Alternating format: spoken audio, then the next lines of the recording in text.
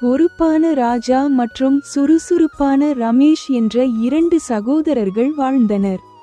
ஒரு நாள் வயல்வெளிக்குச் சென்ற ராஜா வாய்க்கால் ஓரமாக பாசி படிந்த ஒரு மர்மமான கல்வெட்டை கண்டுபிடித்தான். அதில் சில குறியீடுகளும் ஒரு பழங்கால புதையல் பற்றிய குறிப்பும் இருந்தன. ரமேஷும் உற்சாகத்துடன் அதை பார்த்தான்.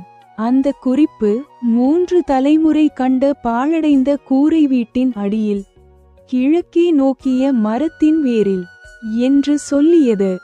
ராஜா தனது அறிவை பயன்படுத்தி அந்த கிராமத்தின் விளிம்பில் இருந்த பழைய சாமியாரின் வீடுதான் என்பதை உணர்ந்தான். இருவரும் பயத்தை பொருட்படுத்தாமல் அந்த பாழடைந்த வீட்டிற்குச் சென்றனர். அங்கே குறிப்பு சொன்னபடி ஒரு பெரிய ஆலமரம் இருந்தது.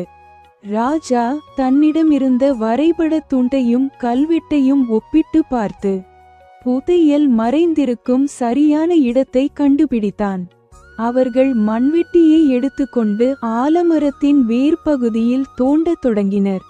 சிறிது நேரத்திலேயே கலீர் என்ற சத்தத்துடன் ஒரு பழைய மரப்பெட்டி தென்பட்டது.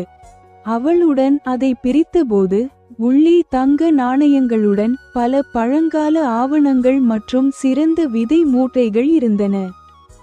உணர்ச்சிவசப்பட்டு, ரமேஷ், இது வெறும் பணம் இல்லை, இது நம் கிராமத்தை வளர்ச்சி பாதைக்கு கொண்டு செல்லும் அறிவு என்றான்.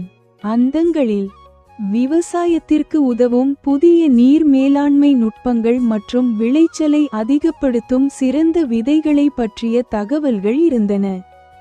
சகோதரர்கள் இருவரும் அந்த அறிவை கிராம மக்களிடம் பகிர்ந்து கொண்டனர்.